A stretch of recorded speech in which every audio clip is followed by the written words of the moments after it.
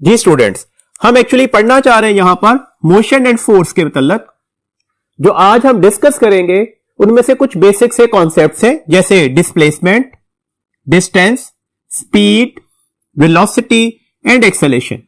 ये बेसिक सी डेफिनेशन होगी, इनके कुछ कॉन्सेप्ट्स डिस्कस करेंगे। इसके अलावा वेलोसिटी टाइम ग्राफ है। देन हम इक्वेशन ऑफ मोशन को डिस्कस करेंगे, इसके रिलेटेड प्रॉब्लम्स को भी डिस्कस करेंगे। लॉज ऑफ मोशन है, कुछ इंफॉर्मेशन होंगी ऑब्वियसली। डेफिनेशन है मोमेंटम की, इंपल्स की, और फिर हमने साथ में पढ़ना है कंजर्वेशन ऑफ मोमेंटम। एक रिलेशन पढ़ेंगे force and rate of change of momentum के दरमियान। Elastic collision in one dimension हमारा सेकंड लास्ट टॉपिक होगा, और लास्ट टॉपिक हमारे पास आज के लिए होगा प्रोजेक्टाइल मोशन। तो स्टार्ट करते हैं डेफिनेशन डिस्टेंस एंड डिस्प्लेसमेंट से। जी देखिएगा बेसिक सा डिफरेंस क्या होता है डिस्टेंस और डिस्प्लेसमेंट में। हम डिस्टेंस को क्या बोलते हैं? Distance is actually the length of the path covered by the moving body. हम total length of the path भी बोलते हैं। देखिए ना, एक पार्टिकल है, वो पॉइंट ए से मूव करता हुआ पॉइंट बी पर गया। जो total length of the path था जिस पर वो मूव करता हुआ पॉइंट ए से पॉइंट बी पर चला गया, ये हमारे पास डिस्टेंस कहलाता है। डिस्टेंस हमारे पास एक स्केलर क्वांटिटी है।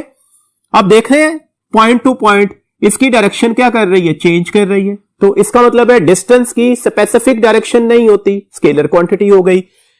इसके यूनिट्स क्या होंगे? मीटर। किससे रिप्रेजेंट किया जाता है? जनरली हम इसे एस के लेटर से रिप्रेजेंटेशन देते हैं। एक बात और याद रखिएगा, अगर एक पार्टिकल मूव कर रहा है तो किसी भी सूरत में उसका डिस्टेंस जो है वो जीरो नहीं हो सकता। अभी इस पॉइंट को फर्दर एक्सप्लेन भी करते हैं। अब डिस्प्लेसमेंट क्या है? Displacement is actually the shortest distance between these two points. ये पार्टिकल मूव करके ए से बी पर गया, तो ए से बी का total length of the path क्या था? डिस्टेंस। इनके दरमियान जो शॉर्टेस्ट डिस्टेंस होगा, यही इनका लाइन शॉर्टेस्ट डिस्टेंस को रिप्रेजेंटेशन दे रही है। ये शॉर्टेस्ट डिस्टेंस किस चीज को रिप्रेजेंटेशन दे रहा है? डिस्प्लेसमेंट को। डिस्प्लेसमेंट एक वेक्टर क्वांटिटी होगी। डायरेक्शन इसकी क्लियर नजर आ रही है, from the initial point towards the final point होती है। यूनिट ऑब्वियसली इसके मीटर ही होंगे बिकॉज इट इज डिस्टेंस, और हम इसे जनरली रिप्रेजेंटेशन डी के लेटर के साथ देते हैं। वेक्टर क्वांटिटी की वजह से इसके ऊपर वेक्टर हेड भी डालते हैं।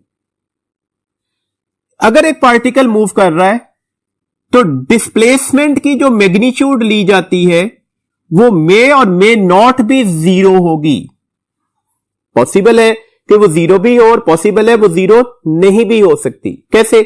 अगर ये पार्टिकल क्लोज पाथ पर मूव करे, क्लोज पाथ का मतलब है उसका इनिशियल और फाइनल पॉइंट्स क्या हो गए? सेम पॉइंट यहां से चला, मूव करते हुए इसी जगह पर वापस आ जाए, तो ऑब्वियसली डिस्प्लेसमेंट क्या हो जाएगा? जीरो।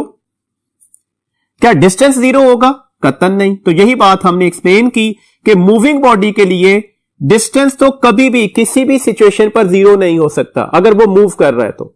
लेकिन डिस्प्लेसमेंट जीरो हो सकता है कब? जब वो क्लोज पाथ पर मूव कर रहा हो। और अगर ये पार्टिकल क्लोज पाथ पर मूव ना करता, ये इस पॉइंट से स्टार्ट करता और यहां पर आकर रुक जाता, तो अब ये तो क्लोज पाथ नहीं है ना। क्लोज पाथ वो होता है जिसमें इनिशियल और फाइनल पॉइंट्स आपस में क्या होते हैं? इक्वल होते हैं। तो ऑब्वियसली अब डिस्प्लेसमेंट की वैल्यूज भी जीरो नहीं होनी चाहिए थी। ट्रांसलेशनल मोशन में देखिएगा, अगर एक पार्टिकल स्ट्रेट लाइन पर ट्रेवल कर रहा है, लेट्स सपोज एक पार्टिकल पॉइंट ए से मूव किया और पॉइंट बी पर आ गया, तो आपको वाज़ेह तौर पर नजर आ रहा है कि डिस्टेंस और डिस्प्लेसमेंट आपस में क्या हो गई हैं? बराबर हो गई हैं। तो ट्रांसलेटरी मोशन के अंदर, स्ट्रेट पाथ मोशन के अंदर डिस्टेंस की वैल्यूज डिस्प्लेसमेंट की वैल्यूज के बराबर ही निकलती है। जबकि अगर वो लीनियर पाथ पर मूव ना कर रहा हो, just like in this situation, particle एक लीनियर पाथ को फॉलो नहीं कर रहा था, तो अब आपको नजर आ रहा है कौन सी वैल्यूज लार्जर निकलेगी? डिस्टेंस की वैल्यूज लार्जर होगी, जबकि डिस्प्लेसमेंट हमारे पास क्या होगा?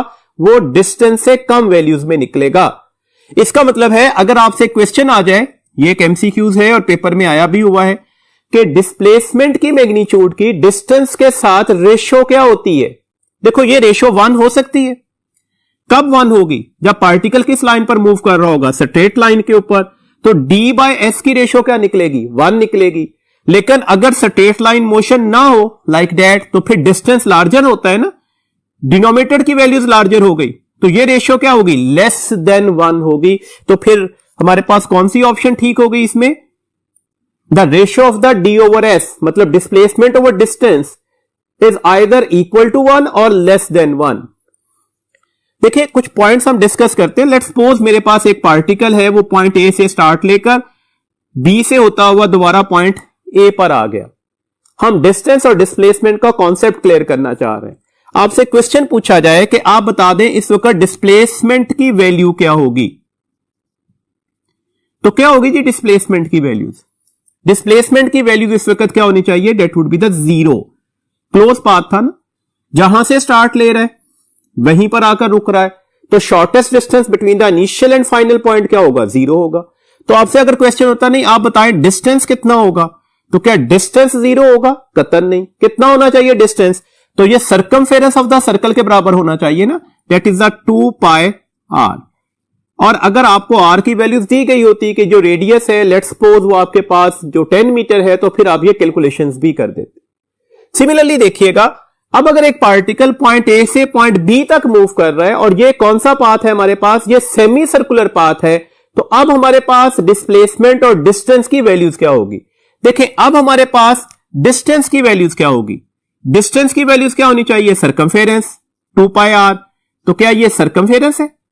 नहीं, ये सर्कमफेरेंस का आधा वाला पाथ है ना, तो आप इसे किससे डिवाइड करेंगे? 2 से। तो ये हमारे पास डिस्टेंस की वैल्यूज आ गई। डिस्प्लेसमेंट की वैल्यू क्या होगी? अब डिस्प्लेसमेंट की वैल्यूज किसके बराबर निकलेगी? The shortest distance between the 2 points. कौन से पॉइंट? जहां से स्टार्ट ले रहे हैं और जहां पर खत्म कर रहे हैं। अब डिस्प्लेसमेंट 0 नहीं होगा, क्लोज पाथ नहीं है। आपको वादे तौर पर नजर आ रहा है कि ये ए से बी पॉइंट के दरमियान हमारे पास क्या है? शॉर्टेस्ट डिस्टेंस है। यहां से लेकर यहां तक का डिस्टेंस क्या कहलाता है? 1 ऑफ द रेडियस। ये भी रेडियस होगा। तो आपको क्लियरली नजर आ रहा है कि अब ये डिस्प्लेसमेंट किसके बराबर आ रही है जी? 2r के बराबर, जिसे आप डायामीटर भी बोल सकते थे। तो ये डायामीटर की लेंथ के बराबर वैल्यूज निकलेगी। तो ये एग्जांपल मैंने सिर्फ आपको ये समझाने के लिए, ये क्लियर करने के लिए बताई, ताकि डिस्प्लेसमेंट और डिस्टेंस का डिफरेंशिएशन करना आपके लिए आसान हो जाए। ऐसे क्वेश्चंस आपके पेपर में भी पूछे जा सकते हैं। जैसे अगर आपसे क्वेश्चन पूछा जाए कि एक ऑक्सीलेटरी मोशन है, एक कंप्लीट ऑक्सीलेशन के लिए डिस्प्लेसमेंट की वैल्यूज क्या होगी? तो ऑब्वियसली कंप्लीट ऑक्सीलेशन के लिए, ठीक है ना, एक पार्टिकल है लेट्स सपोज सिंपल पेंडुलम, वो यहां से स्टार्ट करता है। ऑक्सीलेशन कब कंप्लीट होगी? जब वो इसी पॉइंट पर दोबारा आ जाएगा। तो डिस्प्लेसमेंट की वैल्यूज क्या हो जाएगी? 0, क्लोज पाथ हो गया। डिस्टेंस की वैल्यूज कितनी होगी? ये लेट्स सपोज इसका 1 ऑफ द एम्पलीट्यूड है। तो कितने एम्पलीट्यूड इसने कवर किए? 1, 2, 3 एंड 4। तो डिस्टेंस की वैल्यूज क्या होगी? 4 टाइम्स ऑफ द एम्पलीट्यूड। तो ऐसे क्वेश्चन अगर पेपर में आ जाए तो ये बातें जरा ध्यान में रखिएगा अच्छी तरह। एक पॉइंट और याद रखिएगा, बुक में हमारे पास मेंशन किया गया, लेट्स सपोज एक पार्टिकल यहां से मूव करके यहां पर आ गया। इस पॉइंट पर उसकी पोजीशन थी, वो पोजीशन वेक्टर r1 से रिप्रेजेंटेशन दी। इस पॉइंट पर इसकी पोजीशन को हमने r2 पोजीशन वेक्टर से रिप्रेजेंट किया। तो अब आपको नजर आ रहा है कि ये इनके दरमियान क्या होगा? शॉर्टेस्ट डिस्टेंस, इसे डिस्प्लेसमेंट कह रहे हैं। तो हम इसे इस तरह से भी डिफाइन करते हैं, that is actually the change in position from the initial towards the final point, that is known as the displacement. देखिए एक क्वेश्चन भी डिस्कस करते हैं एमसीक्यूज के लिए। A body travels 3 meter towards west, then 4 meter towards east, then 5 meter towards north. What is its total displacement? देखें अगर total distance की बात होती ना फिर तो कोई क्वेश्चन है ही नहीं। आप 3 + 4 + 5 करके आंसर दे देंगे। क्वेश्चन है टोटल डिस्प्लेसमेंट कितना होगा। देखें हमारे पास डायरेक्शन क्या होती है? Towards right, east, west, north और साउथ। 3 मीटर टूवर्ड्स वेस्ट आया, फिर 4 मीटर टूवर्ड्स ईस्ट चला गया और 5 मीटर टूवर्ड्स नॉर्थ चला गया। तो आपको क्लियरली ये 2 वेक्टर्स बता रहे हैं कि इसमें डिस्प्लेसमेंट जो होगी वो जस्ट 1 मीटर टूवर्ड्स ईस्ट निकलेगी। ये 3 मीटर और ये 4 मीटर। और यहां पर एक दूसरा वेक्टर भी अवेलेबल है, दैट इज द 5 मीटर। अब आपने इनके दरमियान जो शॉर्टेस्ट डिस्टेंस लेना है वो नजर आ रहा है कि ये होगा। तो अब इसकी वैल्यूज आप कैसे कैलकुलेट करेंगे? तो इसकी वैल्यूज कैलकुलेट करने के लिए जिसे आप डिस्प्लेसमेंट कह रहे हैं, क्या करना पड़ेगा, पाइथागोरस थ्योरम लगाना पड़ेगा। दैट इज 1 का square plus 5 square whole under root. That's why that could be taken as the 26 under root metre. एक पॉइंट और याद रखिएगा, देखें अगर हम कहते कि ट्रेवल इस तरह से कर रहा है, 4 मीटर ईस्ट गया, 5 मीटर नॉर्थ गया, देन 3 मीटर वेस्ट गया, आप बताएं डिस्प्लेसमेंट क्या होगी, तो अभी भी यही होगी। मतलब मैंने ये कहा कि अगर D1 plus D2 plus D3 आप कोई डिस्प्लेसमेंट्स ले रहे हैं, उन्हें ऐड करके आंसर लेंगे, वही आंसर किसका निकलेगा, D3 plus D1 plus D2। It means that आप डिस्प्लेसमेंट्स का ऑर्डर चेंज कर दें, आंसर पर फर्क नहीं पड़ेगा। तो कौन सी प्रॉपर्टी को ओबे कर रहा है, कम्यूटेटिव प्रॉपर्टी को ओबे कर रहा है। तो दैट्स व्हाई आपने फोकस ये करना होता है कि हमारे पास जैसे ईस्ट और वेस्ट एक ही लाइन पर हैं, इन वेक्टर्स को डिस्कस किया करें, यहां से इनका रिजल्टेंट मिलेगा। नॉर्थ एंड साउथ एक ही लाइन पर है, तो इन वेक्टर्स को अलग डिस्कस करेंगे, क्योंकि इनका हमारे पास जो है वो रिजल्टेंट क्या होगा, वो आपस में सम या सबट्रैक्ट करके लिया जाएगा अकॉर्डिंग टू द सिचुएशंस। जी नेक्स्ट हमारे पास जो है वो स्पीड और वेलोसिटी का कंपैरिजन है। सबसे पहला पॉइंट है जी स्पीड। स्पीड क्या है, speed is actually the time rate of change of distance. जब हम time rate of change of distance लेते हैं तो दैट इज द स्पीड।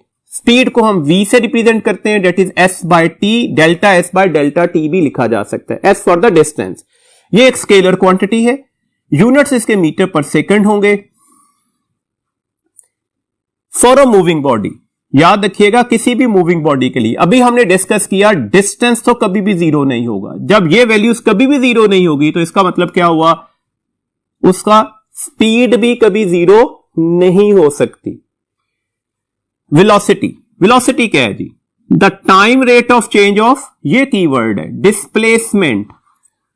अब हमने ये नहीं कहा कि ये time rate of change of distance है, ये time rate of change of displacement होगा। वेलोसिटी एक वेक्टर क्वांटिटी है, आप इसको डिस्प्लेसमेंट बाय टाइम से डिफाइन करते हैं, ये हमारे पास वेक्टर नोटेशन में आएगी। इसके यूनिट्स क्या होंगे, तो obviously same as the speed, metre पर सेकेंड। देखिए अगर आप टोटल डिस्प्लेसमेंट को टोटल टाइम से डिवाइड करते हैं तो ये वेलोसिटी को हम क्या बोलते हैं, एवरेज वेलोसिटी। और अगर आप किसी खास मोमेंट ऑफ टाइम, किसी खास इंटरवल ऑफ टाइम की वेलोसिटी ले रहे होते तो हम इसे क्या बोलते हैं, ये हमारे पास इंस्टेंटेनियस वेलोसिटी होती। अच्छा जी एक बात और याद रखिएगा, वेलोसिटी अगर वेक्टर क्वांटिटी है तो ऑब्वियसली इसमें दो फैक्टर्स होंगे, नंबर वन इट्स मैग्नीट्यूड और नंबर सेकंड इट्स डायरेक्शन। तो हमें इन दोनों को कंसर्न मैटर के साथ लेकर चलना होगा।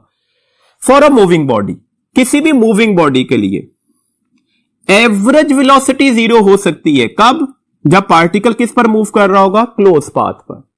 क्लोज पाथ का मतलब क्या है, इनिशियल और फाइनल पॉइंट्स क्या हो गए, सेम। अगर इनिशियल और फाइनल पॉइंट सेम हो गए तो ऑब्वियसली डिस्प्लेसमेंट किसके बराबर निकलेगी, जीरो। तो एवरेज वेलोसिटी क्या हो जाएगी, जीरो हो जाएगी। जबकि अगर वो क्लोज पाथ पर मूव नहीं कर रहा तो फिर एवरेज वेलोसिटी कभी भी जीरो नहीं निकलती। ये कॉन्सेप्ट आपने जरा ध्यान में रखना होगा। अच्छा एक क्वेश्चन देखते हैं ताकि हम स्पीड और वेलोसिटी के दरमियान में डिफरेंशिएशन कर सके। देखिए लेट्स सपोज हमारे पास एक पार्टिकल है, वो 4 मीटर का डिस्टेंस ट्रेवल करता है, कितने टाइम में, 6 सेकंड्स में। देन यहां से वो टुवर्ड्स नॉर्थ मूव कर जाता है और 3 मीटर का डिस्टेंस ट्रेवल करता है, कितने टाइम के अंदर, 4 सेकंड्स के अंदर। आपसे अगर क्वेश्चन ये आ जाए कि अब आप बता दें इसकी एवरेज स्पीड क्या होगी, तो एवरेज स्पीड कैसे लेनी है जी। एवरेज स्पीड लेने का तरीकेकार है कि हमने टोटल डिस्टेंस को किससे डिवाइड करना होगा, टोटल टाइम से। तो टोटल डिस्टेंस कितना था, 4 + 3 7, टोटल टाइम कितना था, 6 + 4 10। तो आंसर कितना निकल आएगा, 0.7 मीटर पर सेकेंड। लेकिन अगर आपसे क्वेश्चन होता नहीं, आप टोटल स्पीड बताएं, आप एवरेज स्पीड बताएं कितनी होगी, तो एवरेज वेलोसिटी किसके बराबर आएगी, तो एवरेज वेलोसिटी बराबर आएगी total displacement by total time. अब डिस्प्लेसमेंट आपको वादे तौर पर नजर आ रहा है कि ये डिस्प्लेसमेंट है, the shortest distance between the 2 points. कौन से point, initial and final points. और अगर ये डिस्प्लेसमेंट है तो पाइथागोरस थ्योरम अगर यहां पर अप्लाई कर दिया जाए तो डिस्प्लेसमेंट की वैल्यूज आपको नजर आ रही है, किसके बराबर आनी चाहिए, बेस का स्क्वायर प्लस परपेंडिकुलर का स्क्वायर होल अंडर रूट, तो that's why 16 plus 9 under root that is 25 under root, तो this one is the 5 metre. तो ये तो निकल आया 5 मीटर, जबकि इसे टोटल टाइम से डिवाइड करना था तो टाइम तो 10 सेकेंड ही है ना, तो डेट्स वाई ये 1/2 मीटर पर सेकेंड या 0.5 मीटर पर सेकेंड के बराबर वैल्यूज निकली। तो इस तरह से अगर आपको एवरेज स्पीड कैलकुलेट करने के लिए कहा जाए तो आप टोटल डिस्टेंस लेंगे, और अगर एवरेज वेलोसिटी कैलकुलेट करने के लिए कहा जाए तो एवरेज वेलोसिटी के लिए टोटल डिस्प्लेसमेंट को टोटल टाइम से डिवाइड करते हैं। तो ये एक माइन्यूट सा डिफरेंस था। देखिए एवरेज स्पीड के लिए ना कुछ फॉर्मूलाज हमारे पास जहन में होने चाहिए। जनरली स्टूडेंट्स एक ही फॉर्मूला एवरेज स्पीड के लिए जानते हैं, वही अप्लाई कर रहे होते हैं, v1 प्लस v2/2। लाजमी नहीं है कि हर दफा यही फॉर्मूला अप्लाई होगा, मैं कंडीशंस के अकॉर्डिंगली फॉर्मूला को डिस्कस कर लेता हूं। देखें हमारे पास अगर एक पार्टिकल इस तरह से मूव कर रहा है तो इसके जो दो डिस्टेंसेस हैं वो मैग्नीट्यूड में बराबर है। लेट्स सपोज वो पहला जो इंटरवल तय करता है ना वो 10 मीटर का था, दूसरा भी 10 मीटर का है, लेकिन इन दोनों डिस्टेंसेस के लिए जो टाइम इंटरवल्स हैं वो सेम नहीं है, तो फिर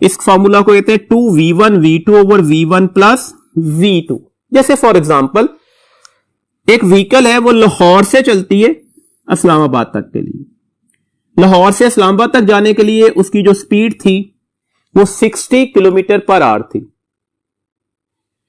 फिर इस्लामाबाद से वापस चलती है और लाहौर आ जाती है। अब उसकी स्पीड क्या है? 40 किलोमीटर पर आवर। देखें ना, लाहौर से इस्लामाबाद जाने के लिए अगर उसका डिस्टेंस लेट्स सपोज 300 किलोमीटर था, तो ऑब्वियसली इस्लामाबाद से वापस लाहौर आते हुए भी डिस्टेंस क्या होगा? 300 किलोमीटर ही होगा ना। तो S1 तो S2 के बराबर आ गया। जाते हुए स्पीड कुछ और है, वापस आते हुए स्पीड कुछ और है, तो क्या दोनों दफा टाइम एक जैसा लगा? कतई नहीं, तो टाइम तो बराबर नहीं निकले। अब आपसे क्वेश्चन पूछा जाए इसकी एवरेज स्पीड कितनी होगी, तो कितनी होगी एवरेज स्पीड?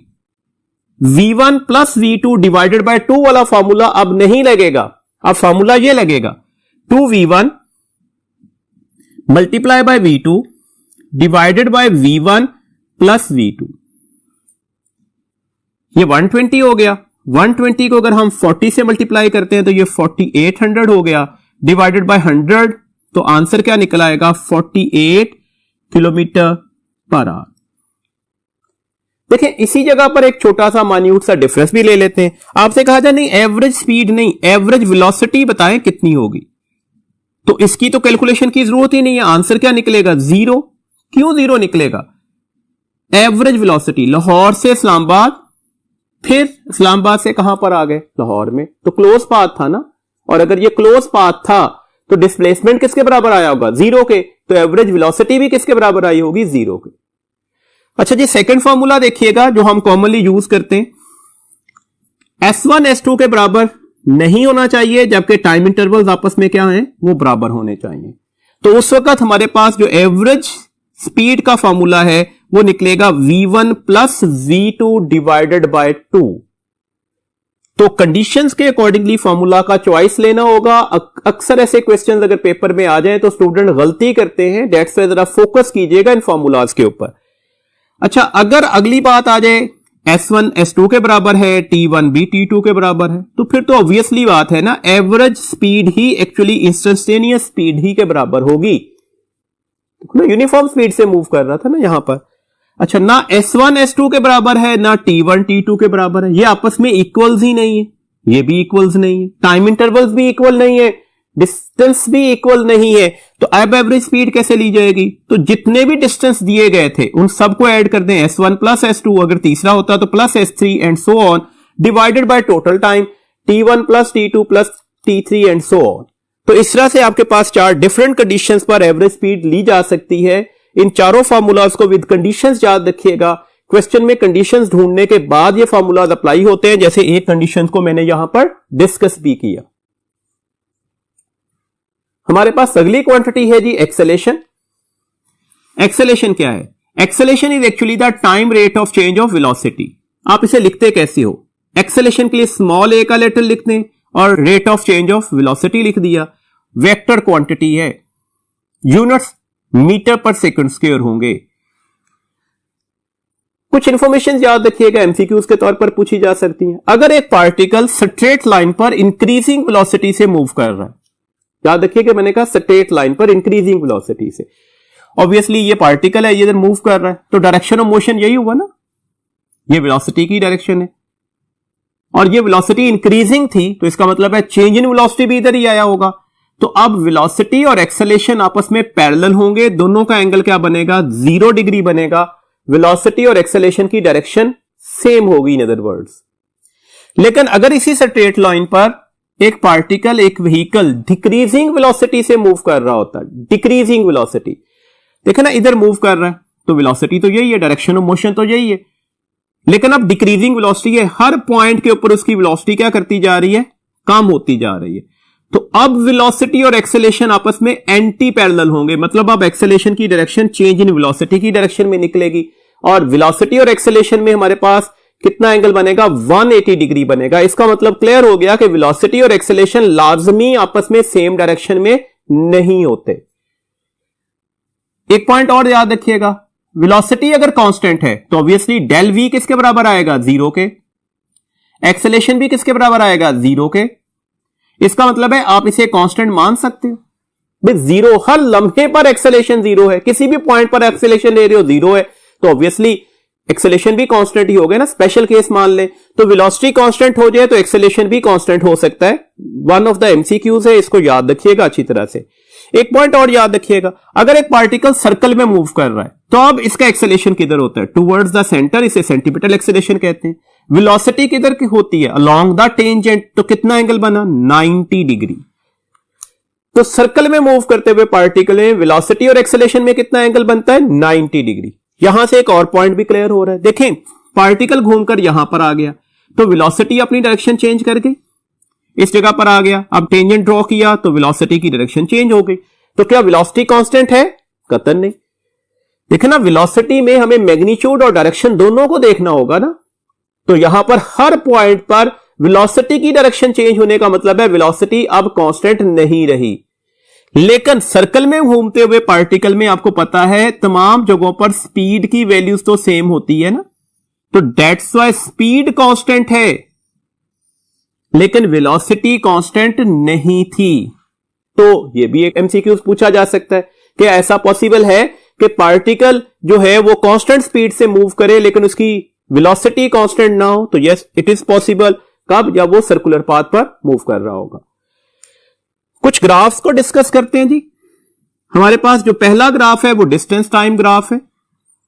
देखिए डिस्टेंस टाइम ग्राफ में डिस्टेंस को हम किसके लॉन्ग लेंगे, वाई एक्सिस के, और टाइम को किसके लॉन्ग लिया जाता है, एक्स एक्सिस के। कुछ ग्राफ्स हम बनाकर उसकी सिर्फ वेरिएशंस चेक कर रहे हैं, इस तरह से ग्राफ पेपर में आ भी सकते हैं और उसके अकॉर्डिंगली क्वेश्चंस भी पूछे जा सकते हैं। लेट्स सपोज ये ग्राफ हॉरिजॉन्टल स्ट्रेट लाइन है।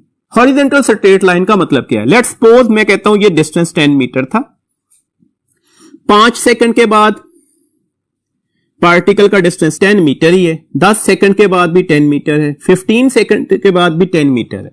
तो इसका मतलब हुआ it is very much clear that कि ये ग्राफ हॉरिजॉन्टल स्ट्रेट लाइन बता रहा है कि पार्टिकल कहां पर होगा, रेस्ट पर होगा। ग्राफ के अकॉर्डिंगली स्लोप भी याद रखा करें। देखें इस ग्राफ का स्लोप क्या होगा, इस ग्राफ का जो स्लोप होता है ना, स्लोप किसी भी ग्राफ का किसके लॉन्ग लिया जाता है, वाई एक्सिस का चेंज ओवर एक्स एक्सिस का चेंज। तो दैट्स व्हाई अब वाई एक्सिस का चेंज क्या है, डिस्प्लेसमेंट या डिस्टेंस, एक्स एक्सिस का चेंज क्या है, टाइम। तो डिस्टेंस ओवर टाइम लिया जाएगा। इस जगह के ऊपर पार्टिकल अगर रेस्ट में है तो वेलोसिटी अभी हमने कहा 0 होनी चाहिए ना, तो ऑब्वियसली ये ग्राफ भी हमें ये बता रहा है कि इसकी वेलोसिटी क्या होगी, 0 होगी। अब सबको पता है अगर tangent line along the X axis निकले तो उसका स्लोप 0 होता है। देखें यहां पर वैल्यूज लगा देते हैं ना, एक्स एक्सिस में चेंज आता जा रहा है, क्या वाई एक्सिस में चेंज आया, नहीं, तो डेल्टा वाई क्या हो जाएगा, 0, डेल्टा एक्स है 0 बाय समथिंग क्या हो जाएगा, 0। तो स्लोप किस चीज की इंफॉर्मेशन दे रहा होगा, एवरेज स्पीड की। अच्छा जी ग्राफ ऐसे भी हो सकता था, ये स्ट्रेट लाइन ही है लेकिन ये इंक्रीजिंग हाइट की स्ट्रेट लाइन है। आपको नजर आ रहा है कि जैसे जैसे आप टाइम इंटरवल बढ़ाते जा रहे हैं ना, हाइट ऑफ दैट लाइन भी क्या करती जा रही है, बढ़ती जा रही है। अब ये ग्राफ किस चीज को रिप्रेजेंटेशन दे रहा है, ये ग्राफ रिप्रेजेंटेशन दे रहा है कि पार्टिकल जो है वो मूव कर रहा है और उसका जो डिस्टेंस है ना वो इक्वल टाइम इंटरवल्स में इक्वली बढ़ रहा है। मतलब अगर 5 सेकंड में ये चेंज 10 मीटर था तो अगले 5 सेकंड में भी चेंज 10 मीटर का होगा, अगले 5 सेकंड में भी चेंज 10 मीटर का ही होगा। दिस मीन्स दैट आप इसे कह सकते हो कि आप पार्टिकल यूनिफॉर्म वेलोसिटी से मूव कर रहा है। इक्वल टाइम इंटरवल में इक्वल चेंज आ रहा है ना डिस्प्लेसमेंट का या डिस्टेंस का, तो दैट्स व्हाई हम इसे कह सकते हैं कि यूनिफॉर्म स्पीड से या यूनिफॉर्म वेलोसिटी से मूव कर रहा होगा पार्टिकल। तो अब आपके पास ये इंफॉर्मेशन इस ग्राफ से आ रही थी। अच्छा, अगर लेट्स सपोज आपसे ये कहा जाता कि ये जो टाइम था ना ये 10 सेकंड का ग्राफ हमने बनाया हुआ है और यहां पर आपके पास जो वैल्यूज थी ना लेट्स सपोज वो 20 मीटर। आप बता दें इस वक्त इसकी एवरेज स्पीड क्या होगी। तो क्या होगी जी एवरेज स्पीड? अभी हमने बोला स्लोप किसको बताएगा? एवरेज स्पीड को। तो स्लोप कैसे लेंगे हम? यहां पर हमारे पास एवरेज स्पीड का मतलब है हमने स्लोप ही लेना है। y एक्सिस का चेंज कितना है जी 20 डिवाइडेड बाय x एक्सिस का change, this one is the 10। तो आंसर क्या निकल आएगा? This one is the 2 metre पर सेकेंड। अच्छा, इस तरह से भी क्वेश्चन हो सकता था। आपसे कहा जाए कि ये वैल्यूज तो हमें नहीं पता क्या है, हां ये जरूर पता है कि ये एंगल है 30 डिग्री। आप बता दें स्पीड क्या होगी। तो अब सिंपल इज दैट, आप सबको पता है स्लोप को टेंजेंट भी तो बोलते हैं ना, तो दैट्स व्हाई आप यहां पर टेंजेंट एंगल ले लीजिएगा। टेंजेंट ऑफ 30 डिग्री किसके बराबर होता है? Tangent of 30 degree 1/3 under root के। तो दैट्स व्हाई हमारे पास अब इसकी स्पीड की वैल्यूज क्या हो जाएगी? That is 1/3 under root. तो इस तरह की इंफॉर्मेशन भी अपने ध्यान में रखिएगा। नेक्स्ट देखिएगा जी, हमारे पास डिस्टेंस टाइम ग्राफ दिया गया। अब आप देखिएगा हर पॉइंट पर, यहां पर आप ये टेंजेंट लाइन ड्रॉ करेंगे, इस पॉइंट पर आपके पास ये टेंजेंट लाइन होगी, इस पॉइंट पर ये टेंजेंट लाइन होगी और यहां पर ये टेंजेंट लाइन। आप देखें टेंजेंट लाइन कंटिन्यूअसली किधर मूव करती जा रही है? y एक्सिस से चली और किस क्या हो गई? x एक्सिस के पैरेलल हो गई। यहां पर स्लोप क्या होगा? 0। जबकि इस जगह का स्लोप क्या होगा? मैक्सिमम। इसका मतलब है पार्टिकल का डिस्टेंस कंटिन्यूअसली क्या करता जा रहा है? वेरिएबल है, चेंज कर रहा है और इक्वल टाइम इंटरवल में इक्वल चेंज नहीं आ रहा।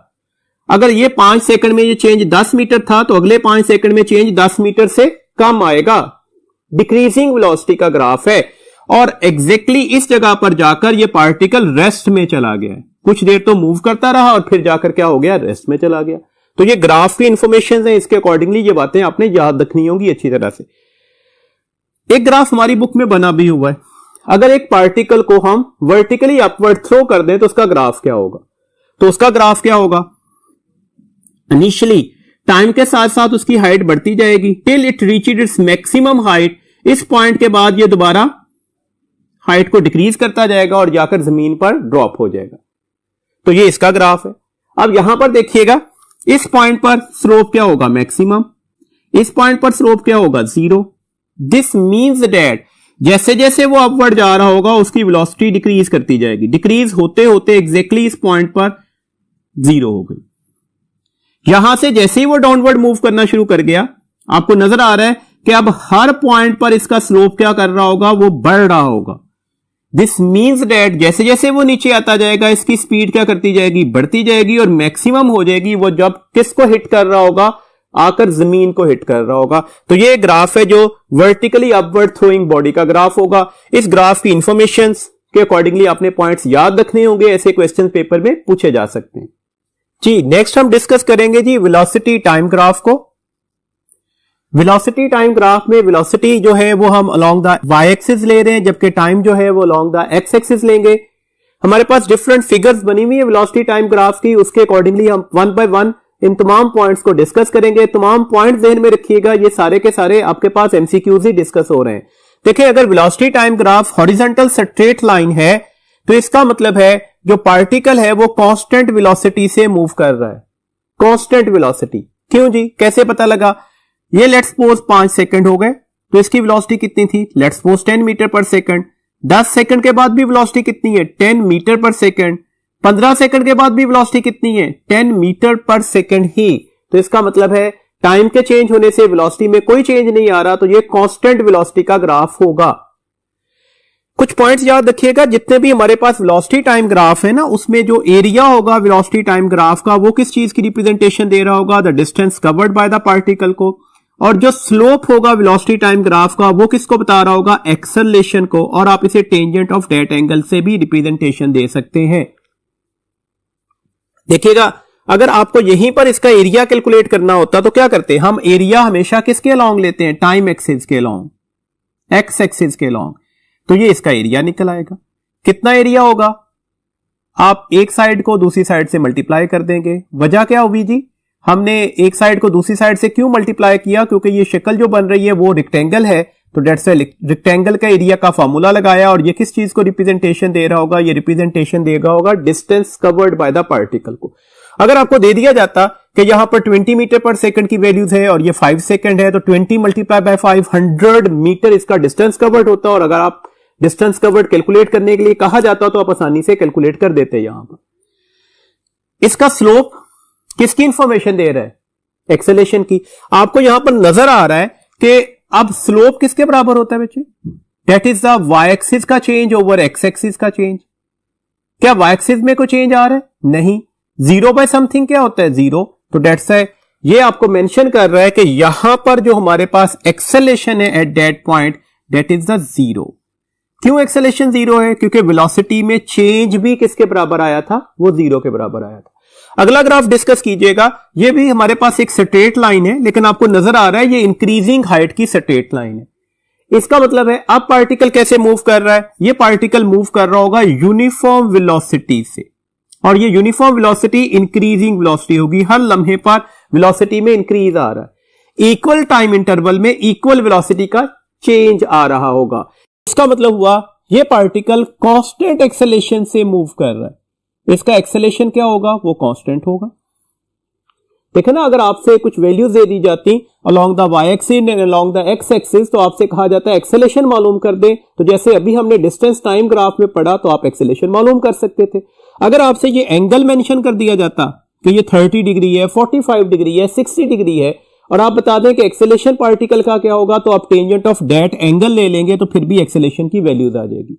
और अगर आप इस ग्राफ का एरिया लेना चाहें, अब एरिया किसके बराबर आएगा, कौन सी शक्ल बन रही है आपके पास, राइट एंगल ट्राइंगल। एरिया बराबर आएगा हाफ बेस इंटू हाइट के, तो that is also the distance. तो डेट्स है, आपने ग्राफ की फिगर पर फोकस करना है। रेक्टेंगल बनी है तो रेक्टेंगल का एरिया ले लेंगे, ट्राइंगल बनी है तो ट्राइंगल का एरिया ले लेंगे। वो किस चीज को रिप्रेजेंटेशन दे रहा होगा, वो रिप्रेजेंटेशन देगा होगा डिस्टेंस कवर्ड को। और याद रखिएगा ये area along the X axis या टाइम एक्सिस पर लेना होगा आपने। अगला ग्राफ डिस्कस करते हैं, ये आपके पास एक कर्व्ड लाइन है। अब यहां पर आपको नजर आ रहा है कि टाइम इंटरवल के साथ साथ वेलोसिटी बढ़ती जा रही है। तो ये वेलोसिटी इंक्रीजिंग का ग्राफ है, लेकिन कर्व लाइन बता रही है कि ये नॉन यूनिफॉर्मली इंक्रीज कर रही होगी। नेक्स्ट पॉइंट देखिएगा, अगर मैं यहां पर टेंजेंट ड्रॉ करूं तो ये लाइन आएगी, इस जगह पर टेंजेंट लाइन ये होगी, like that and so on. तो इसका मतलब है आपको ये भी नजर आ रहा है कि वेलोसिटी भी बढ़ रही है और एक्सेलरेशन भी यहां पर पॉइंट टू पॉइंट क्या करता जा रहा है, बढ़ता जा रहा होगा। तो डेट्स ए पॉजिटिव एक्सेलरेशन है और एक्सेलरेशन इंक्रीजिंग होगा, वेलोसिटी नॉन यूनिफॉर्मली इंक्रीज कर रही है। नेक्स्ट पॉइंट पर आइएगा, हमारे पास ये वाला ग्राफ है, अब भी कर्व लाइन है। अब देखिएगा, अब हमारे पास पॉइंट क्या होगा, इस पॉइंट पर हमारे पास टेंजेंट लाइन ये होगी, इस पॉइंट पर टेंजेंट लाइन ये होगी, इस पॉइंट पर टेंजेंट लाइन ये होगी। देखिए आपको अभी भी नजर आ रहा है टाइम के साथ साथ वेलोसिटी बढ़ रही है, वेलोसिटी इंक्रीज कर रही है, लेकिन ये नॉन यूनिफॉर्मली इंक्रीजिंग वेलोसिटी का ग्राफ है। तो दोनों में डिफरेंस क्या है, यहां पर हमने क्या बोला था, एक्सेलेरेशन हर पॉइंट पर क्या करता जा रहा है, बढ़ता जा रहा है। यहां पर एक्सेलेरेशन हर पॉइंट पर क्या है, मैक्सिमम है, और फिर यहां पर जाकर क्या हो गया, 0 हो गया। तो इसका मतलब है यहां पर हर पॉइंट पर जो एक्सेलेरेशन होगा वो डिक्रीज कर रहा होगा, जबकि इस जगह पर हर पॉइंट पर एक्सेलेरेशन क्या कर रहा था, वो इंक्रीज कर रहा था। बट याद रखिएगा यहां पर भी एक्सेलेरेशन क्या होगा, पॉजिटिव होगा। रीजन इज दैट वेलोसिटी बढ़ रही थी ना, इस जगह पर भी एक्सेलेरेशन की वैल्यूज कम तो हो रही होगी। मतलब अगर लेट्स सपोज पहले 5 सेकंड में वो एक्सेलेरेशन 10 मीटर पर सेकंड स्क्वायर था, तो अगले 5 सेकंड में या उससे अगले टाइम इंटरवल में वो 10 मीटर पर सेकंड स्क्वायर थे थोड़ा कम हो चुका होगा, 8 मीटर पर सेकंड स्क्वायर, 7 मीटर पर सेकंड स्क्वायर, लेकिन नेगेटिव की वैल्यूज नहीं आ रही तो होगा एक्सेलेरेशन यहां पर भी पॉजिटिव ही। ये ग्राफ हमारी बुक में बना हुआ है और ये ग्राफ एक ऐसे पार्टिकल का है जिसे हमने थ्रोइंग अपवर्ड किया है। अगर मैं किसी भी पार्टिकल को अपवर्ड थ्रो कर दूं तो आपको पता है जैसे ही आपके हाथ से निकलेगा वेलोसिटी मैक्सिमम होगी, जैसे जैसे अपवर्ड जाता जाएगा वेलोसिटी कम होते होते जीरो हो जाएगी हाईएस्ट पॉइंट पर। तो ये अपवर्ड मोशन का ग्राफ है। अपवर्ड मोशन में टाइम जीरो पर वेलोसिटी मैक्सिमम थी, जैसे जैसे हमारे पास टाइम बढ़ता गया वेलोसिटी कम होते होते होते होते जीरो हो गई, हाईएस्ट पॉइंट के ऊपर जाकर वेलोसिटी जीरो हो चुकी होगी। दैट्स व्हाई ये हमारे पास अपवर्ड मोशन है। उसके बाद जब वो डाउनवर्ड मूव कर रहा होगा तो हर पॉइंट पर उसकी वेलोसिटी क्या कर रही होगी, बढ़ रही होगी। बढ़ते बढ़ते बढ़ते बढ़ते कब क्या हो जाएगी जी, मैक्सिमम हो जाएगी। कब मैक्सिमम होगी, जब वो जमीन को हिट कर रहा होगा। तो दैट्स व्हाई ये हमारे पास डाउनवर्ड मोशन का ग्राफ है। अगर आप इस ग्राफ से आपसे कहा जाता कि आप डिस्टेंस कैलकुलेट कर दें तो डिस्टेंस कैसे कैलकुलेट करना होगा, तो अब आपके पास इस तरह से ये दो ट्राइंगल्स बनेगी।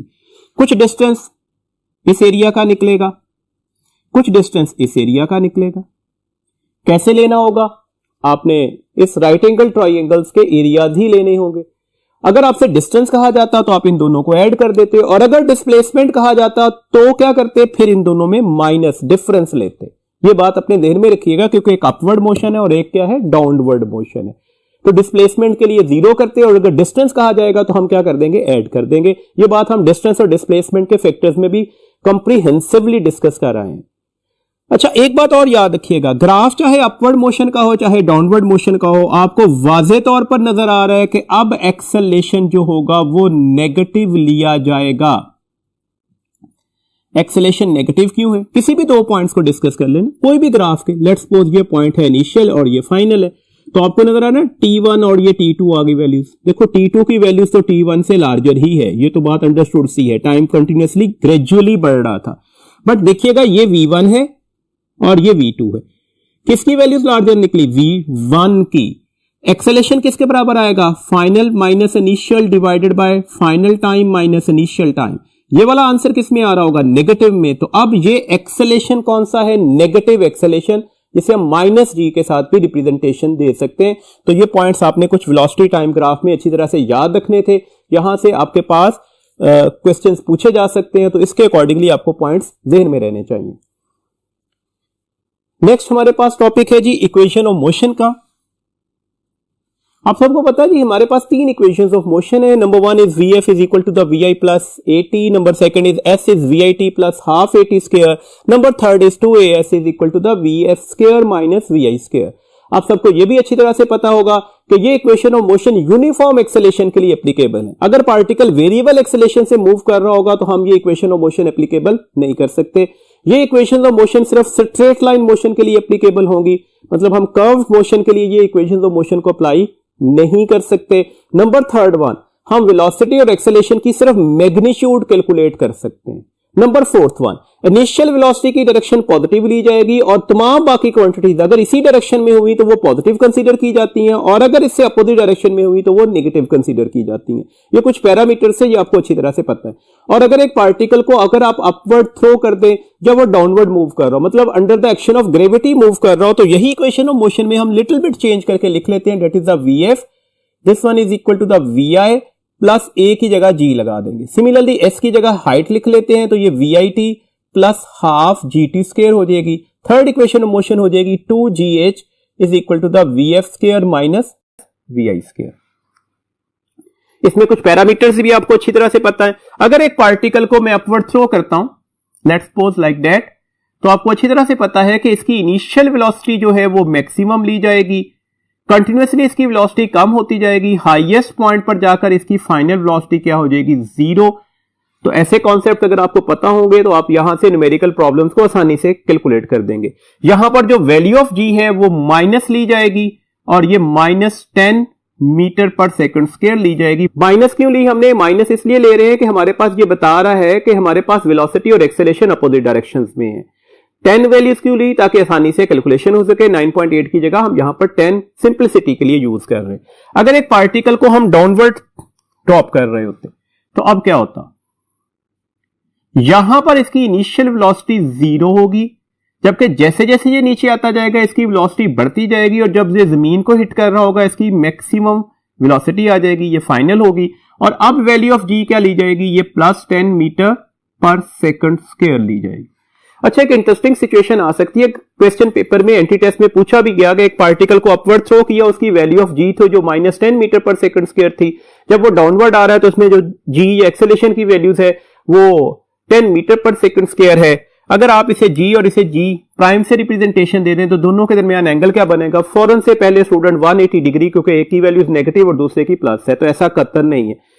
अपवर्ड या डाउनवर्ड मोशन किस चीज को रिप्रेजेंट कर रहा है, एक्सेलेरेशन ड्यू टू ग्रेविटी को। एक्सेलेरेशन ड्यू टू ग्रेविटी की डायरेक्शन हमेशा क्या होगी, चाहे अपवर्ड जा रहा है चाहे डाउनवर्ड आ रहा है, towards the centre of earth, values हमेशा क्या होगी, सेम।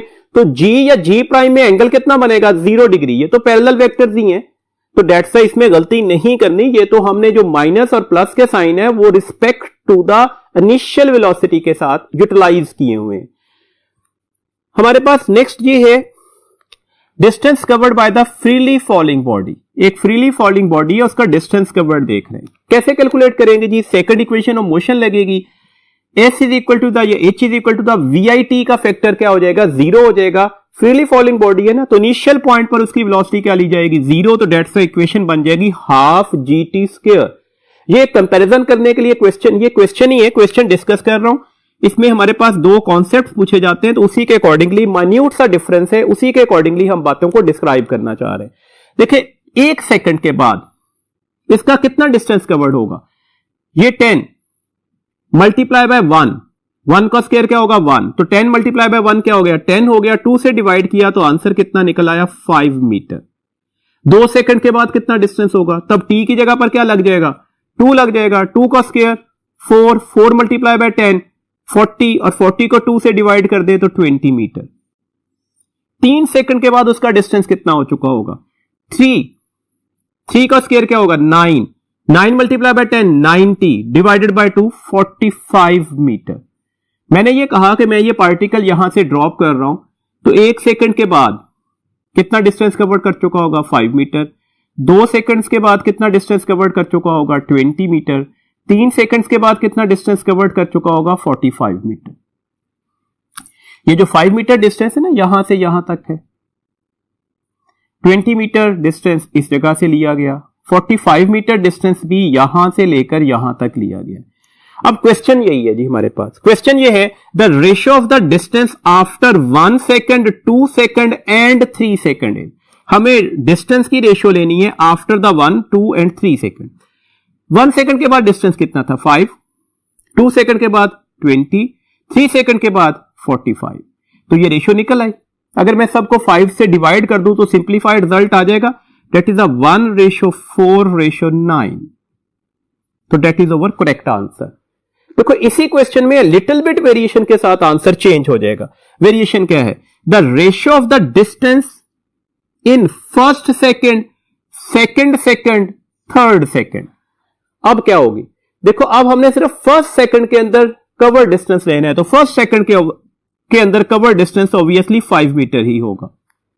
सेकंड सेकंड में कितना डिस्टेंस कवर किया होगा, तो ये सेकंड सेकंड का हमारे पास है ना, कितना डिस्टेंस कवर्ड किया, तो ऑब्वियसली ये टोटल डिस्टेंस है, ये माइनस कर दीजिएगा तो ये कितना निकलेगा 20 - 5, this one is the 15 metre. तो अब ये 15 मीटर हो गया।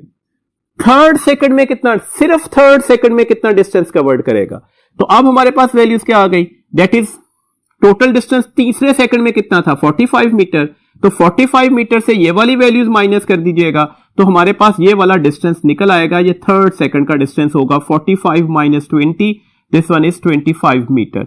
तो ये हमारे पास क्या हो गया 25 मीटर।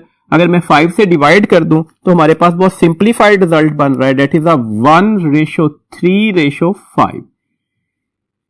तो देखें हमने जस्ट एक वर्ड चेंज किया और उसके साथ ही हमारे पास ऑप्शंस चेंज हो गई। तो ऐसे क्वेश्चंस अपने ध्यान में रखिएगा। अच्छा एक बात और भी याद रखिएगा, distance covered by the nth second of a freely falling body, ये फॉर्मूला है, ये डायरेक्टली भी अप्लाई किया जा सकता था और ये फॉर्मूला किसी और भी क्वेश्चन में आ जाए तो अप्लाई हो सकता है। Sn, n is the nth second, g/2 2n - 1। देखिए ना यहां पर अप्लाई करके ये वैल्यूज डायरेक्टली आ जाएगी। फर्स्ट सेकेंड, फर्स्ट सेकंड के लिए कितना डिस्टेंस कवर्ड होगा, S1। 10/2 क्या होता है 5, 2 मल्टीप्लाई बाय 1, 2 माइनस 1, 1, तो ये 5 आ गया। सेकंड के लिए कितना डिस्टेंस कवर्ड होगा, S2। 10/2 क्या हो जाएगा 5, कौन सा सेकंड था, सेकंड था, तो 2 मल्टीप्लाई बाय 2 हो गया 4 माइनस 1, तो 5 मल्टीप्लाई बाय 3 क्या हो जाएगा 15 मीटर। तो डेट्स ये फॉर्मूला हम डायरेक्टली भी यूज कर सकते हैं। ये फॉर्मूला एक्चुअली हमारी बुक में लिखा नहीं हुआ, लेकिन ये हमारे कुछ न्यूमेरिकल प्रॉब्लम्स के लिए हमारा शॉर्टकट होगा, तो डेट्स इसे याद भी रखिएगा। अच्छा जी, एक बात और याद रखिएगा, थोड़ी गलती हो जाती है स्टूडेंट से, velocity of a dropped object. मैं एक ऑब्जेक्ट को ड्रॉप कर रहा हूं तो उसकी वेलोसिटी क्या होगी, तो obviously equations of motion use करेंगे ना। First equation of motion use हो सकती है जब हम ड्रॉप कर रहे हैं, तो लाइक दैट इनिशियल वेलोसिटी क्या मानी जाएगी, 0 मानी जाएगी। तो डेट्स है ये तो 0 हो गई, तो वीएफ किसके बराबर आ जाएगी, जीटी के। आप इससे भी तो ले सकते थे वैल्यूज। अगर मैं ड्रॉप कर रहा हूं तो वीआई की वैल्यूज क्या होगी 0, तो वीएफ स्क्वायर किसके बराबर आ जाएगा 2gh के या 2gs के, और अगर आपने वीएफ लेना है तो 2gh अंडर रूट ले लेंगे। देखें, अगर आपको टाइम इंटरवल दिया गया हो तो फिर ये इक्वेशन यूज होगी, डिपेंड कर रहा है ना आपके पास डेटा किस में दिया गया है। और अगर आपको हाइट दी गई हो तो फिर आप ये इक्वेशन यूज कर लेंगे। अब आपके पास वीएफ की वैल्यूज किसके बराबर आ रही है, 2gh या s अंडर रूट। जी तो कांस्टेंट है ना, वो तो आप सबको पता है, लेकिन अब इसी क्वेश्चन में लिटिल बिट वेरिएशन भी हो जाती है बात का। ड्रॉप करने की बजाय लफ्ज आ जाए थ्रो किया है मैंने। अगर मैं इस मार्कर को यहां से ड्रॉप करूं तो ऑब्वियसली इनिशियल वेलोसिटी क्या होगी 0, और अगर मैं थ्रो करूं तो अब इनिशियल वेलोसिटी 0 नहीं है। दैट्स व्हाई अब ये फॉर्मूला क्या हो जाएगा, VF is VI plus GT. तो जिस वेलोसिटी से इसे थ्रो किया था डाउनवर्ड, वो अब साथ में जीटी के फैक्टर से ऐड हो जाएगी। सिमिलरली वीएफ स्क्वायर क्या हो जाएगा, वीआई स्क्वायर प्लस 2gs या h, और अगर वीएफ लेना है तो इस पूरे फैक्टर का अंडर रूट भी लेना होगा। ये लिटिल बिट मान्यूट सा डिफरेंस था, इसे आपने अच्छी तरह से याद रखना है। ये अक्सर स्टूडेंट यहां पर गलती कर जाते हैं। जी नेक्स्ट हमारे पास टॉपिक है that is the laws of motion. किसने प्रेजेंट किए थे, सबको पता है, सर आइजैक न्यूटन ने। हमारे पास फर्स्ट लॉ ऑफ मोशन क्या है, देखें कुछ बेसिक से पैरामीटर्स याद रखिएगा।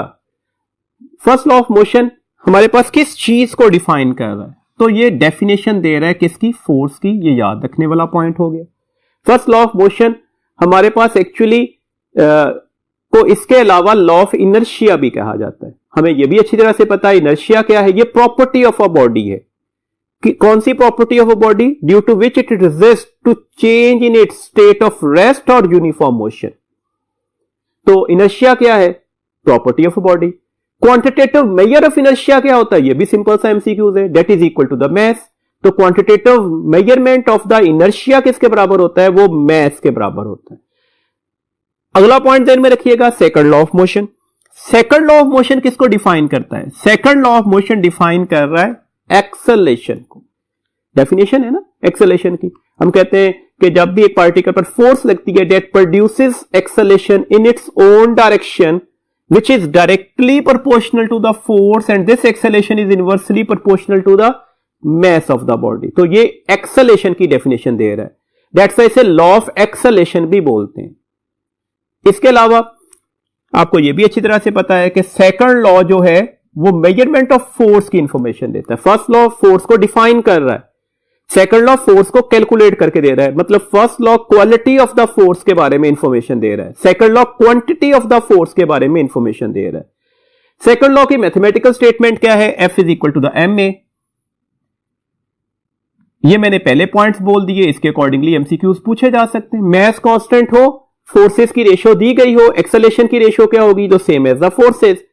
फोर्स कांस्टेंट हो, एक्सेलरेशन की रेशियो दी गई हो, मैस की रेशियो कैलकुलेट करनी हो, तो क्या करनी पड़ेगी, इनवर्स रेशियो लेनी पड़ेगी। जैसे a1 ओवर a2 लेना है ना, तो किसके बराबर आ जाएगा, that is equal to the m2 over m1। एक बात और याद रखिएगा, यहां से बहुत क्लियर है, बल्कि स्टेटमेंट भी यही है कि फोर्स हमेशा उसी डायरेक्शन में लगती है जिस डायरेक्शन में एक्सेलरेशन होता है। तो डेट से याद रखने वाला पॉइंट हुआ, एक्सेलरेशन और फोर्स हमेशा सेम डायरेक्शन में होते हैं किसी भी सिचुएशन पर। Either you are moving on the straight line, on a curved path, with the increasing velocity, with the decreasing velocity, acceleration और फोर्स का पेयर हमेशा सेम डायरेक्शन में होगा। थर्ड लॉ क्या बताता है, थर्ड लॉ आइडिया देता है कि हमेशा फोर्स आइसोलेट नहीं होती, फोर्स पेयर की शक्ल में एग्जिस्ट करती। Action and reaction both are equal and opposite. एक बात और याद रखिएगा, एक्शन और रिएक्शन एक ही बॉडी पर लगने वाली फोर्सेस नहीं है। That's why equal and opposite होने के बावजूद एक दूसरे को कैंसिल नहीं करते, क्योंकि ये एक पार्टिकल पर नहीं लग रही। तो ये कुछ इंफॉर्मेशन थी जो आपने लॉज ऑफ मोशन के अकॉर्डिंगली याद करनी थी। एक पॉइंट और याद रखिएगा, दैट इज द मोमेंटम। एक छोटी सी क्वांटिटी है, आपने इसमें डेफिनेशन और इसके मैथमेटिकल रिलेशन याद रखना होगा। इसे हम क्वांटिटी ऑफ मोशन भी कहते हैं। Actually that is the product of the mass into velocity. इसे P से रिप्रेजेंटेशन दी जाती है। That is a vector quantity. Direction क्या होगी? The same as the velocity. Units क्या होंगे? किलोग्राम मीटर पर सेकंड, या जिसे न्यूटन सेकंड भी कहा जा सकता है। Momentum and second law of motion. The applied force acting on a body is actually the equal to the rate of change of momentum. और चेंज इन मोमेंटम कैसे लिया जाएगा? Mass Vf minus Vi। और rate कैसे लिया जाएगा? इसे time से डिवाइड कर दीजिएगा। तो ऐसे क्वेश्चंस पेपर में आ सकते हैं। आपके पास मास गिवन हो, इनिशियल वेलोसिटी गिवन हो, फाइनल वेलोसिटी गिवन हो, और इसके साथ टाइम भी गिवन हो, और कहा जाए फोर्स कैलकुलेट कर दें, तो आप फोर्स कैलकुलेट कर सकते हैं। अच्छा जी, आपसे क्वेश्चन सिंपल भी हो सकता है। देखिए, आपसे कहा जाए कि ये एक ऑब्जेक्ट है, फ्रीली फॉलिंग ऑब्जेक्ट है, हैविंग द मास m। आप बता दें इसका rate of change of momentum किसके बराबर होगा। अभी हमने कहा rate of change of momentum किसके बराबर होता है? फोर्स के। तो फ्रीली फॉलिंग ऑब्जेक्ट पर फोर्स कौन सी चीज लगा रही होती है? ऑब्वियसली उसका वेट, अर्थ। तो दैट्स व्हाई ये किसके बराबर निकलेगा? That is weight. जिसे आप इसके अलावा क्या लिख सकते हो? mg लिख सकते हो। वेट ऑफ डेड बॉडी भी लिखा जा सकता है। तो ये आपके पास एक सिंपल सा एमसीक्यूज था जो एंटी टेस्ट के पेपर में पूछा भी गया। तो दैट्स व्हाई ये कॉन्सेप्ट जरा ध्यान में रखिएगा। नेक्स्ट क्वांटिटी है जी हमारे पास इंपल्स। इंपल्स क्या है? हम कहते हैं इंपल्स आई से रिप्रेजेंटेशन होती है, और ये F इंटू डेल्टा टी का प्रोडक्ट है। Very large variable force very small interval of time के लिए अगर लग रही हो तो हम कहते हैं ये इंपल्स है। अगर आप इस इक्वेशन पर फोकस कर रहे हैं तो ये चेंज इन मोमेंटम भी हो सकता है, और चेंज इन मोमेंटम को mvf माइनस vi भी लिखा जा सकता है। अब याद रखने वाला पॉइंट हो गया कि इंपल्स के यूनिट्स क्या होंगे? The same as momentum. This means that newton second या किलोग्राम मीटर पर सेकंड। नेक्स्ट पॉइंट याद रखिएगा, देखिएगा हमारे पास यहां पर इस एक्सप्रेशन पर फोकस कीजिएगा। टाइम इधर जाकर डिवाइड हो जाएगा। एफ और टाइम में कौन सा रिलेशन आ गया? इनवर्स। दिस मींस दैट अगर टाइम इंटरवल, कौन सा टाइम इंटरवल? इंपैक्ट का ज्यादा देर के लिए हो रहा है तो फोर्स कम लगती है। जैसे आपकी बुक में क्वेश्चन भी दिया गया कि कौन सी bullet knockdown to the bear लिए यूज की जा सकती है, लेड या रबर? तो ऑब्वियसली आंसर क्या होगा? रबर। क्यों जी? रबर बुलेट ही क्यों? रबर बुलेट इस वजह से कि रबर बुलेट जब जाकर हिट करेगी तो उसका टाइम ऑफ इंपैक्ट ज्यादा हो जाएगा। टाइम ऑफ इंपैक्ट ज्यादा होगा तो वो कम फोर्स एक्सर्ट करेगी, तो नॉकडाउन कर सकती है। जबकि लेड बुलेट ऑब्वियसली नॉकडाउन नहीं करेगी, वो तो फेटल हो जाएगी उस बियर के लिए। तो दिस मींस दैट ये एक्सप्रेशन आपने याद रखना होगा। एक और कंफ्यूजन होती है कि मूविंग ऑब्जेक्ट का इंपल्स होता है या नहीं होता। याद रखिएगा दैट मे बी और मे नॉट बी। अगर मूविंग ऑब्जेक्ट वेरिएबल वेलोसिटी से मूव कर रहे होंगे तो उसका इंपल्स मौजूद होगा, क्योंकि फोर्स लग रही होगी, एक्सेलेरेशन है। और अगर मूविंग ऑब्जेक्ट कांस्टेंट वेलोसिटी से मूव कर रहे हैं तो अब इंपल्स की वैल्यूज किसके बराबर ली जाएगी? जीरो के, क्योंकि अब फोर्स नहीं लग रही होती। नेक्स्ट पॉइंट याद रखिएगा, अगर आप फोर्स टाइम का ग्राफ बना लें तो हमारे पास फोर्स y एक्सिस पर और टाइम x एक्सिस पर लिया जाएगा। इसका एरिया F इंटू टी के बराबर आएगा, that is equal to the impulse. तो फोर्स टाइम ग्राफ का एरिया किसके बराबर होता है? वो इंपल्स के बराबर होता है। जैसे यहां पर लेट्स सपोज ये कहा जाए हमारे पास ये 10 न्यूटन की फोर्स लग रही है for the time of 2 seconds. अब बता दें इस वक्त इंपल्स कितना होगा। तो कितना इंपल्स होगा? आपने एरिया लेना है ना। तो कौन सी शक्ल बनी हुई है आपके पास? Right angle triangle. तो राइट एंगल ट्राइंगल का एरिया ले लीजिएगा, that is a half base. Base कितना है? 2 multiply by the height. Height कितनी है? 10। तो आंसर कितना निकल आएगा? 10 न्यूटन सेकेंड। इंपल्स की बजाय आप यहां से यह भी कह सकते थे कि चेंज इन मोमेंटम कितना होगा, तो फिर भी आपने यही कैलकुलेट करना होगा। इसका मतलब है इंपल्स या चेंज इन मोमेंटम के लिए आपने फोर्स टाइम ग्राफ का एरिया कैलकुलेट करना होगा। जी नेक्स्ट हमारे पास है जी law of conservation of momentum. Law of conservation of momentum क्या है? फॉर एन आइसोलेटेड सिस्टम, याद रखिएगा हम बात आइसोलेटेड सिस्टम की कर रहे हैं। कौन सा सिस्टम आइसोलेटेड होता है?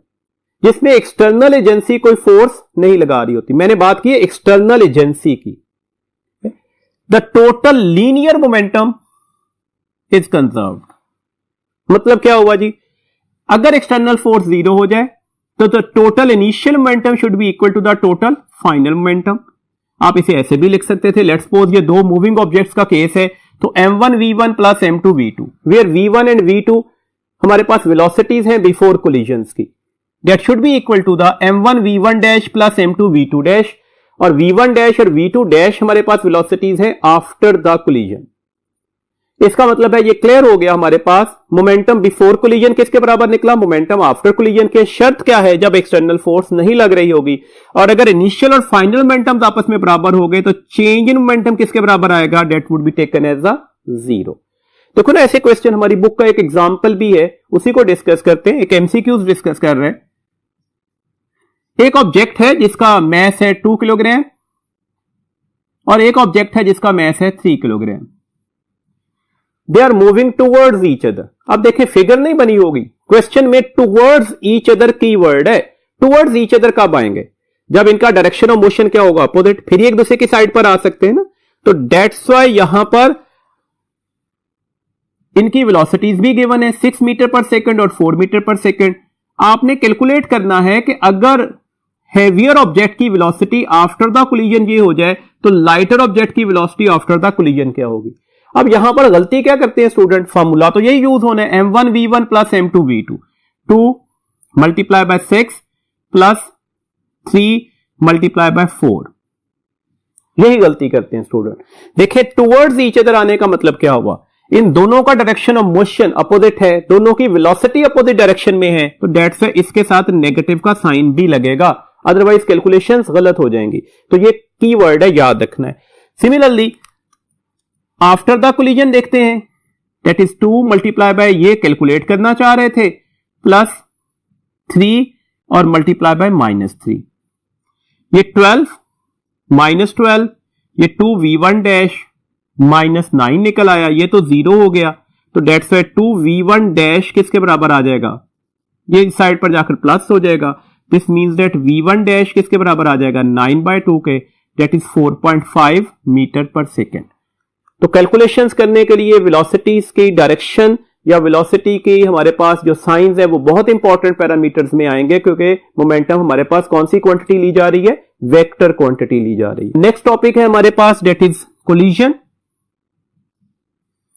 कोलिजन की दो काइंड्स हमारी बुक में डिस्कस की गई, एक है इलास्टिक कोलिजन और दूसरा है इनइलास्टिक कोलिजन। क्या डिफरेंस है? एक आइडियल कोलिजन जिसमें काइनेटिक एनर्जी कंजर्व्ड हो जाए, मतलब kinetic energy before collision, kinetic energy after collision के बराबर निकल रहा है, तो हम कहते हैं ये इलास्टिक कोलिजन होगा। इनइलास्टिक कोलिजन क्या है? प्रैक्टिकल केसेस यही होते हैं, इसमें काइनेटिक एनर्जी कंजर्व्ड नहीं रहती। क्यों नहीं रहती? क्योंकि काइनेटिक एनर्जी कंजर्व्ड ना होने की वजह यह है कि कुछ एनर्जी लॉसेज आते हैं। किस शक्ल में एनर्जी लॉसेज आते हैं? तो एनर्जी लॉसेज आने की वजह क्या है? हमारे पास वजह है फ्रिक्शन,